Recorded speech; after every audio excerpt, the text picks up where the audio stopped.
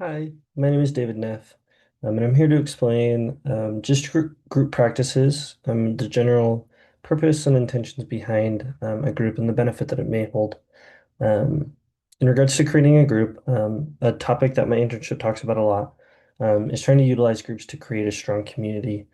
In regards to group practice and social work, it's simply just a method where a social worker facilitates interactions among a small group of individuals, typically between 6 and 12 members. Sometimes it can be larger, sometimes it can be even smaller, who share common issues, goals, or experiences. The group environment provides a unique setting for mutual support, skills building, education, and personal growth. It leverages the power of peer relationship and the expertise of the social worker to achieve individual and collective change.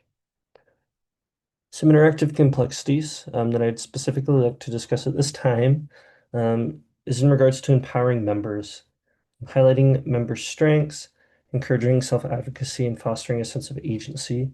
In regards to the teachings of group practice can be really important because the intention of the group should be personalized practice in regards to the lessons that is being taught to these individuals and the topics that are being discussed specific. The next one is conflict resolution. This is just mediating disagreements constructively, helping members express their needs and find common ground. And I feel that this is primarily the main focus of a first initial conversation and contact with group members, um, explaining the standard, the hope, the goal, some of the points that will be addressed, can be really important in creating this common ground, creating that feeling of unity, of combinedness, that community, as I stated earlier. Really emphasizing that as a main focus is a huge deal.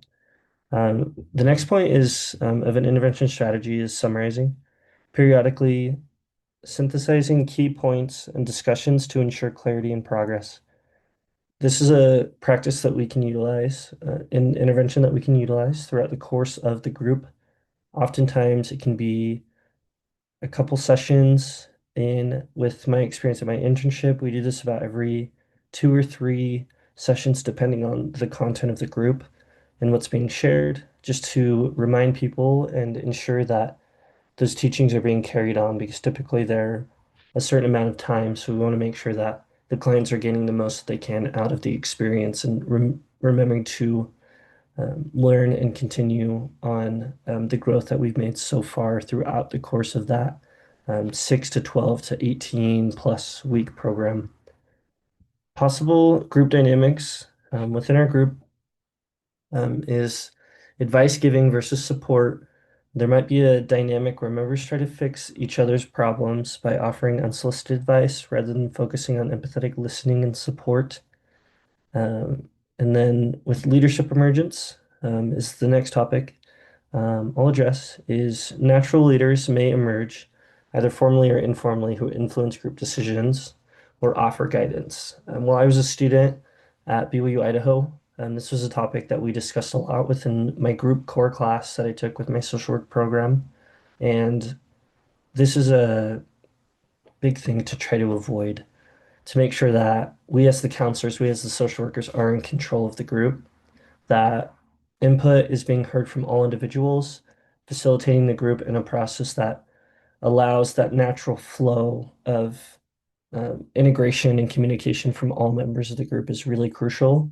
And in regards to that advice giving versus support, the intention is that empathetic listening and support. It's not necessarily having group members give answers or resolve problems, but just be there to listen and understand some of the conflicts and issues that are going on for certain individuals.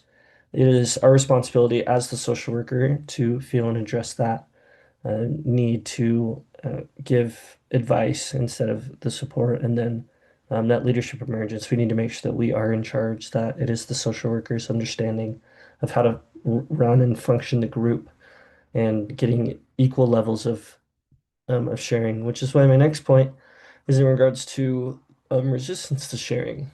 This is specifically in regards to parents. My next couple slides are associated with that because I'm currently helping with a group that focuses on parents, and these are topics that I talked with the leader of the group, who is a social worker at my practice.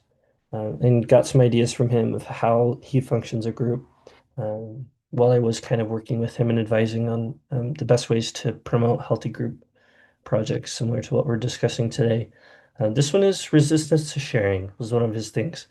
In regards to parenting, it says that some parents might initially be hesitant to share vulnerable information due to shame, guilt, or fear of judgment. Of course, again, similar to what I was saying before, creating that empathetic listening and support, making sure that every client is heard, understood, and it's a collaborative nature, can be really essential to helping promote that healthy level of sharing between each individual member. Three potential issues in group sessions, again, similar to our topic above, in regards to parenting with the group that I'm helping with.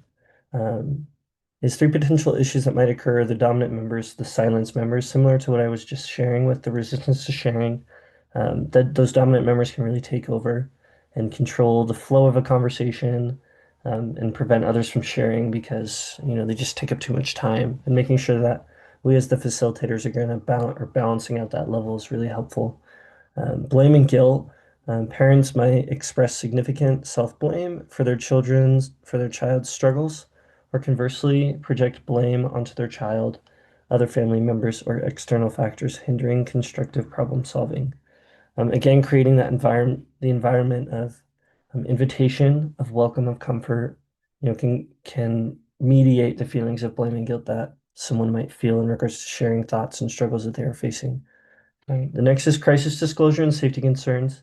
When there is a level of safety being breached, and of course, it's the responsibility of a social worker to be that person, to be that mandated reporter to share what needs to be happened. And sometimes what can be shared can cross the line.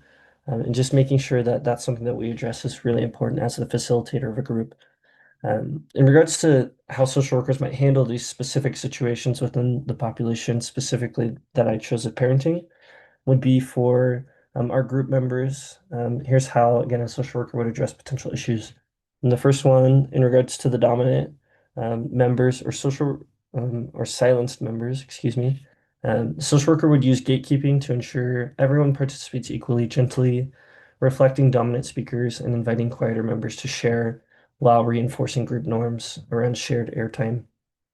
For blaming guilt, similar to what I was sharing, is just validate parents' feelings of guilt and frustrations, then reframe the situation to highlight their strengths. This is probably primarily the main focus that we have within our group is to promote this level of strength, this comfort, to be able to overcome these complex issues, to foster that empathy that it states later on.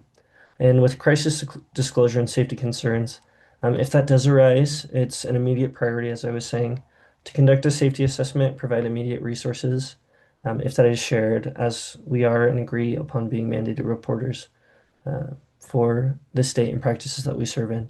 And just always be prepared to act swiftly and ethically. So again, the intention of this group is to build a better community, to build strength within. And I discuss parenting specifically because that's the exposure that I have for group therapy at this time. Thank you.